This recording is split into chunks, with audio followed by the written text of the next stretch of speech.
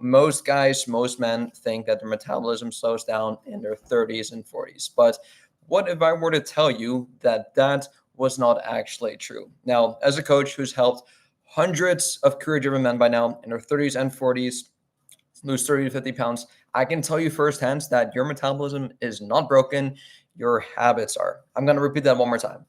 Your metabolism is not broken. Your habits are. So in today's live stream, I'm going to break down the real reasons your metabolism feels slower, how muscle loss plays a role, and how to rebuild a faster, stronger body no matter what your age is. So whether you're 20, 30, 40, 50, all the way up to 60, this is going to apply to you. So before we get started, I'm going to be drinking my coffee right over here. You guys already know black coffee. It is the way to go. No cream, no sugar, plain black. Great appetite suppressant, gives you energy as well. I did my morning cardio as well this morning as well. So that is a great start to the day. And honestly, like, I kid you not, and this is what I tell my clients as well. If you start your day with something very difficult, whether it's a cardio workout, a workout, or just going on like a walk in the morning, it just sets the tone for the day, and it becomes increasingly more difficult to actually have a bad rest of the day, right? Because if you wake up in the morning bright and early, you beat your alarm, right? You start your day with hydration, you drink some water, maybe you take your supplements, maybe you take some electrolytes too, and you just absolutely crush like your grueling workouts, whether it's a leg workout or a really tough cardio session. After you're done with that, you feel like you're like on top of the world. You're like, oh my goodness, I just crushed the workout. Nothing can come in my way again, right? So if you are currently in a funk right now, if you're struggling right now, if you're low in motivation, if you're just kind of like not where you want to be at, I guarantee you, if you start your day strong with whether it's a workout, a cardio workout, or just a morning walk, just something to get your body moving, it'll release the endorphins. You'll actually gain more energy by moving more, and you'll just set yourself up for an amazing rest of the day. So here's what we'll cover in today's live stream. Number one, the myth of a slow metabolism, because yes, it is a myth. Number two, what's actually happening in your 30s and 40s. And then number three, I'll showcase some real examples from my clients who reversed it, because it's all in well me telling you like the math and the science behind it, but it's like without real world examples, you guys are gonna have a pretty difficult time. Obviously, like comprehending this and also fully understanding and also like just trusting the process, right? So let's start with point number one, the myth of a slow metabolism. Now, studies have shown that metabolism barely drops until your 60s, right? But what really changes is your lifestyle, which means less movement, more stress, worse sleep, and inconsistent training. You don't need a new metabolism. You just need new habits. So I want you to ask yourself this question. What was your typical day in the life when you were in your early 20s, right? In your late teens, early 20s, mid 20s, even like late 20s, right? You probably played sports all the time. You probably walked a lot more in between classes. You probably slept a whole lot better. You probably were sleeping in a bunch, especially on the weekends. You probably ate a bit less takeouts, right?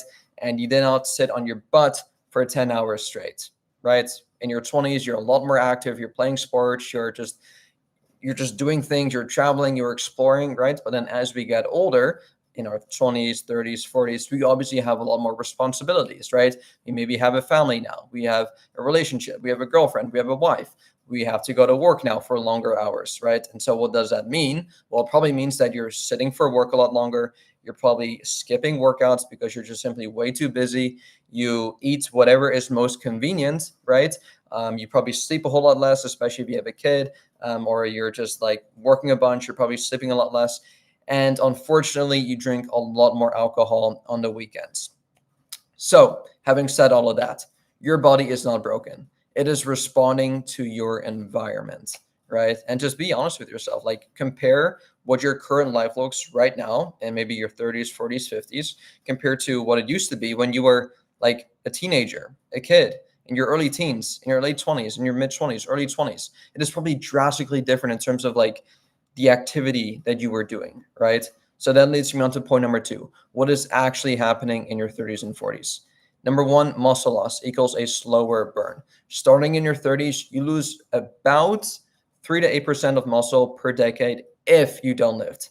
Big caveat there, if you don't lift. If you continue on lifting and if you keep on progressively overloading, which simply means getting stronger over time, that is not going to be the case, because you can very well still be building muscle as you head into your 30s, 40s, and 50s, which I think is is a really big myth a lot of people have, where they think, oh, I'm too old to build muscle, or I'm too old to lose body fat. That could not be further from the truth.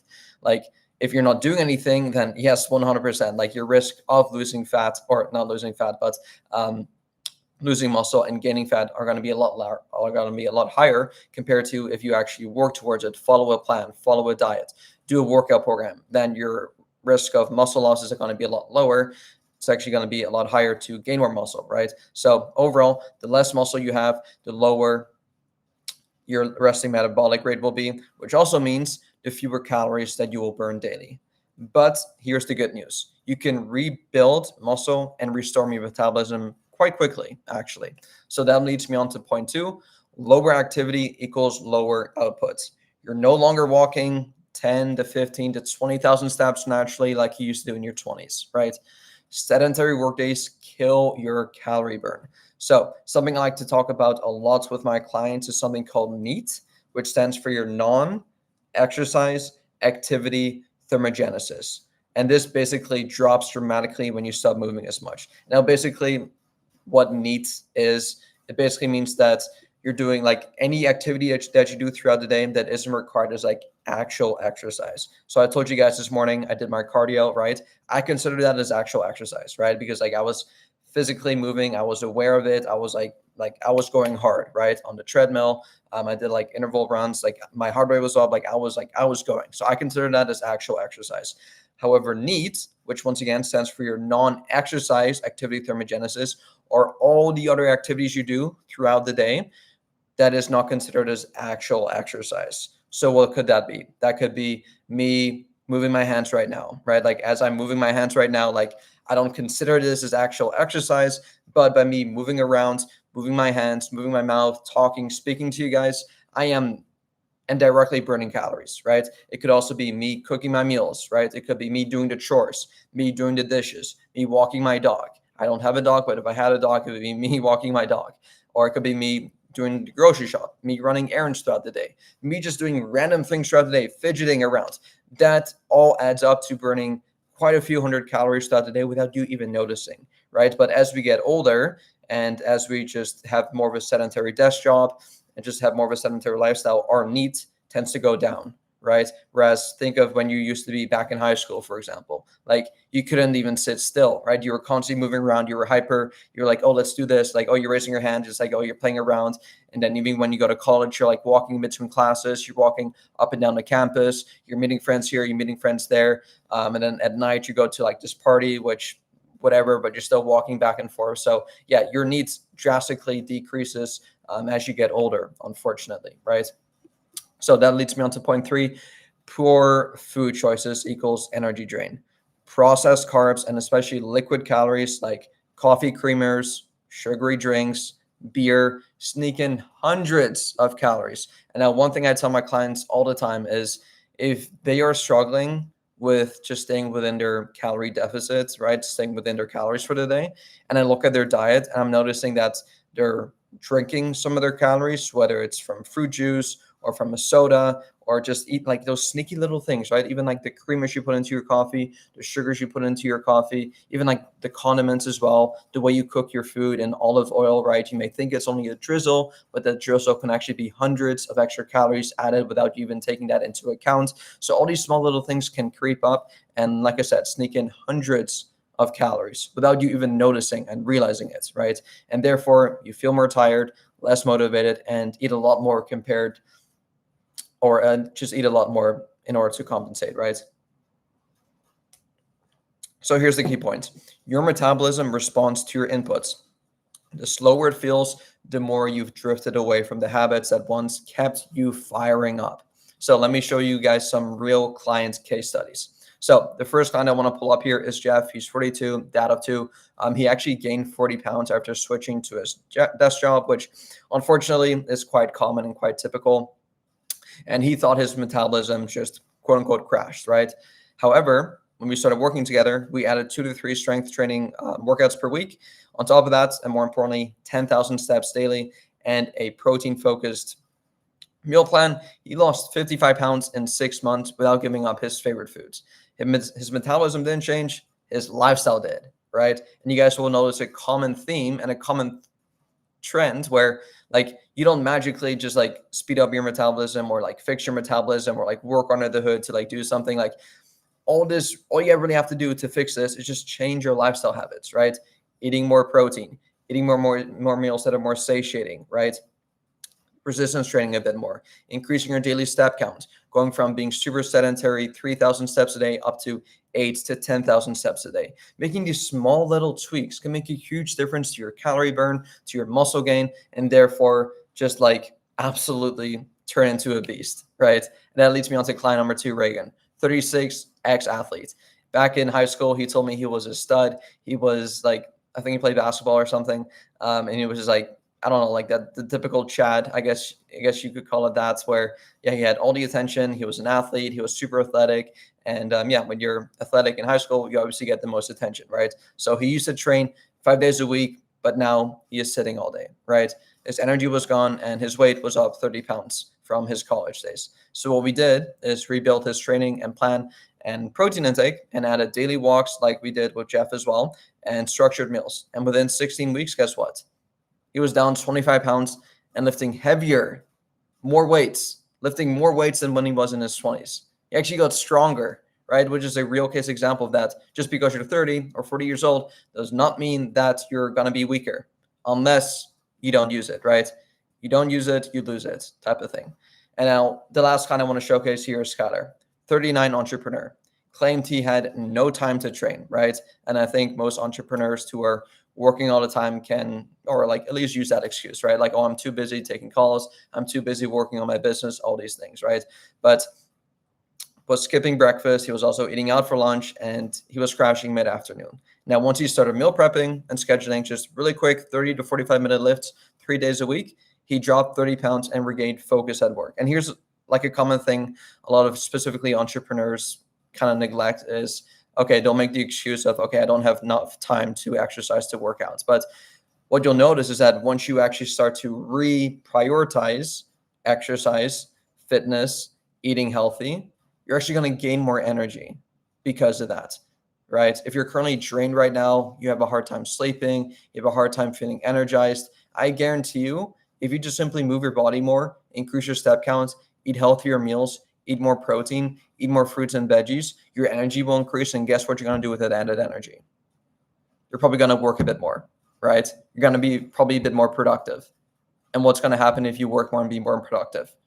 You're likely going to be making better decisions and therefore make more money and grow the business, right? And so we often think that, oh, fitness is taking time away from like me making more money or me being with my family. But like, even like, yeah, let's use the example of spending time with your family, right? It's like, oh, I'm too busy because I want to be there with my partner, or I want to play with my kids, or I want to just spend more time with my loved ones, right? Well, if you're currently showing up and your energy is low, you're not able to keep up with your kids, you're not able to throw the football around, it's like, are you actually being there for them? Are you actually being present with them? Whereas if you just take 30 minutes out of your day, which we all have 30 minutes, 45 minutes, even an hour every single day, if it is a party where you do your workouts, maybe you do your cardio session too, guess what? You're going to have more energy. And with that added energy, you can actually keep up with your kid now. You can actually throw the football around. You can actually play basketball. You can actually last longer in bed too, if that's what you're concerned about, right? So all these things are beneficial when you actually start prioritizing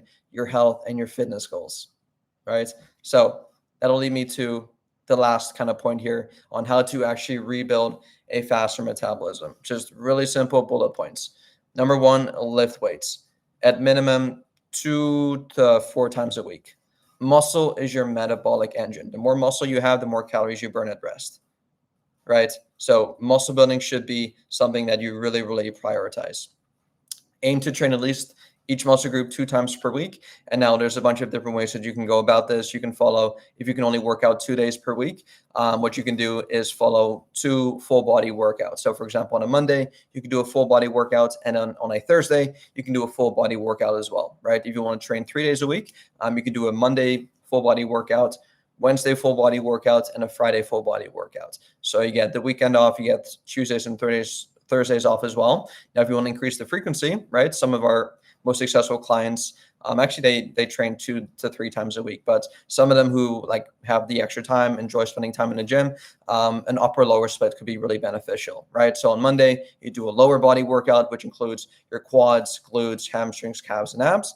Tuesday will be an upper body workout, which will include your chest, back, shoulders, biceps, triceps. Wednesday will be your day off. Thursday will be your lower body workout again, quads, glutes, hamstrings, calves, abs. Friday, to finish off the week nice and strong, a nice little upper body, get that pump going before the weekends, right?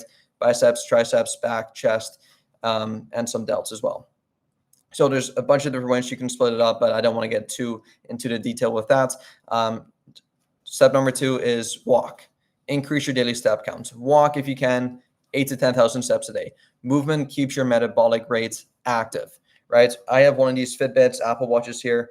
I got it 3 to 4 years ago for like $50 of Amazon.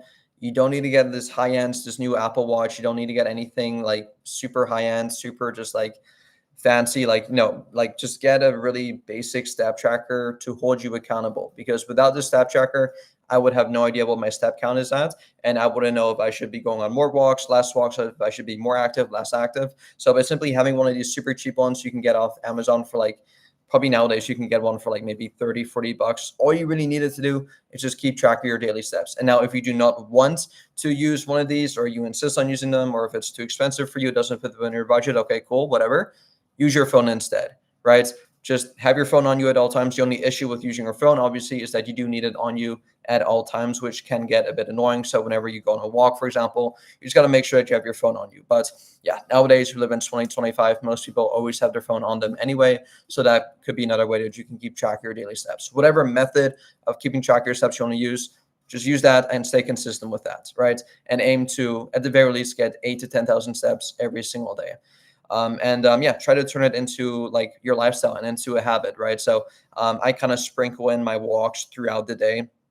So obviously, like I told you this morning, I did my specific cardio, my morning cardio, because I'm training for a marathon coming up. So I do have to do like dedicated running sessions. But if I wasn't training for a marathon, I would just kind of sprinkle in a couple of walks throughout the day. So definitely first thing in the morning, it'd be a non-negotiable for me, where I'd go outside, get some sunlight, get some fresh air, and go on a walk, right? It could be a 10, 20, 30-minute walk, just to get some fresh air, like I said, and then also just to remind your body that, hey, it is daytime, expose your body to sunlight, and that'll kind of like reset your circadian rhythm, which is like your body's biological clock, to showcase that, hey, it is daytime, time to wake up, essentially, right? And then I go maybe on like an afternoon walk during lunch, and then maybe like an evening walk in the evening, in between meals as well. One thing I like to do as well is after each one of my meals, just to help aid in digestion, is go on a quick little walk. I like to call it a post-meal digestion walk, because it can actually aid in digestion a lot as well, especially if you have like a heavier meal and you're slightly a bit more bloated.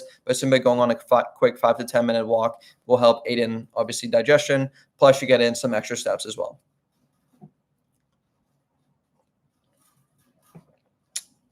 Number 3, how to rebuild your metabolism.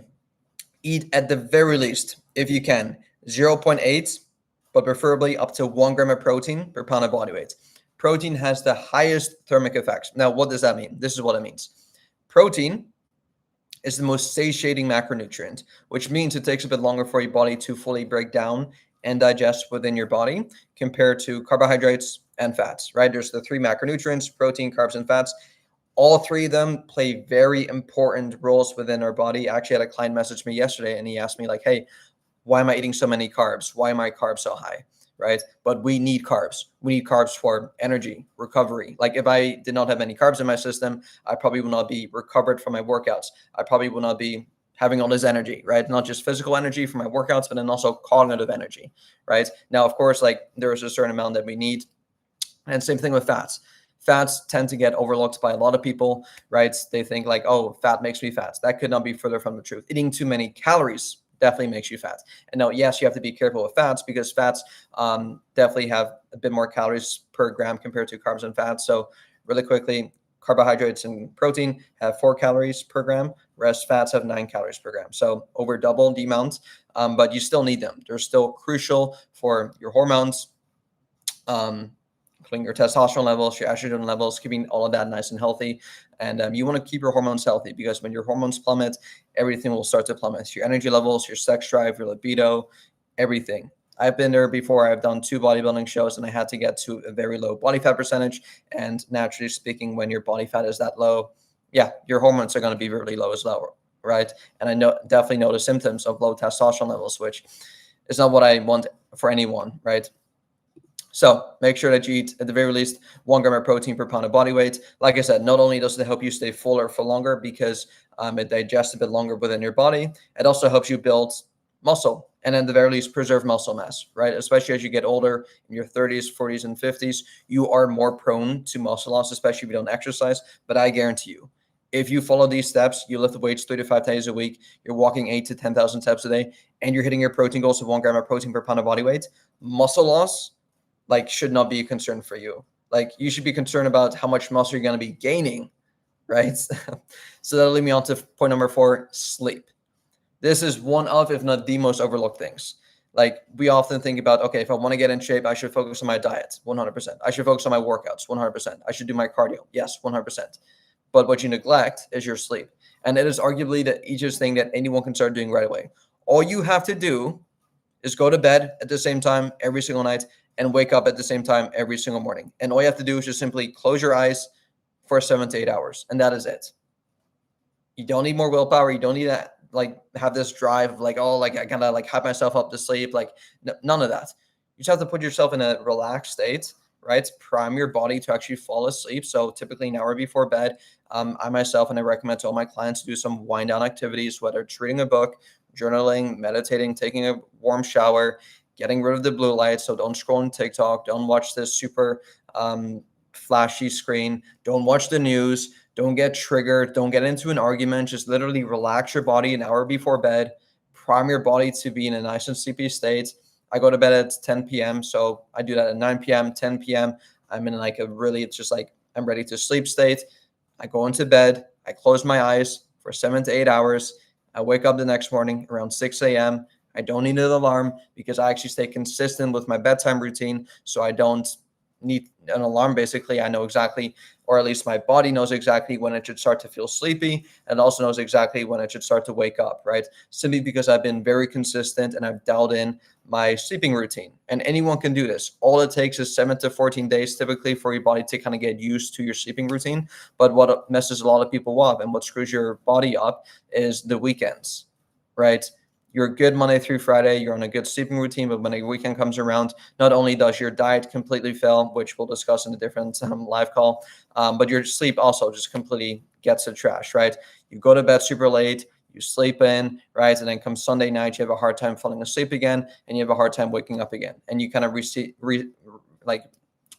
the, your kind of routine again. Whereas if you can just ask yourself this question, okay, when can I realistically see myself go to sleep at the same time and wake up at the same time every single night and every single morning, which includes weekends?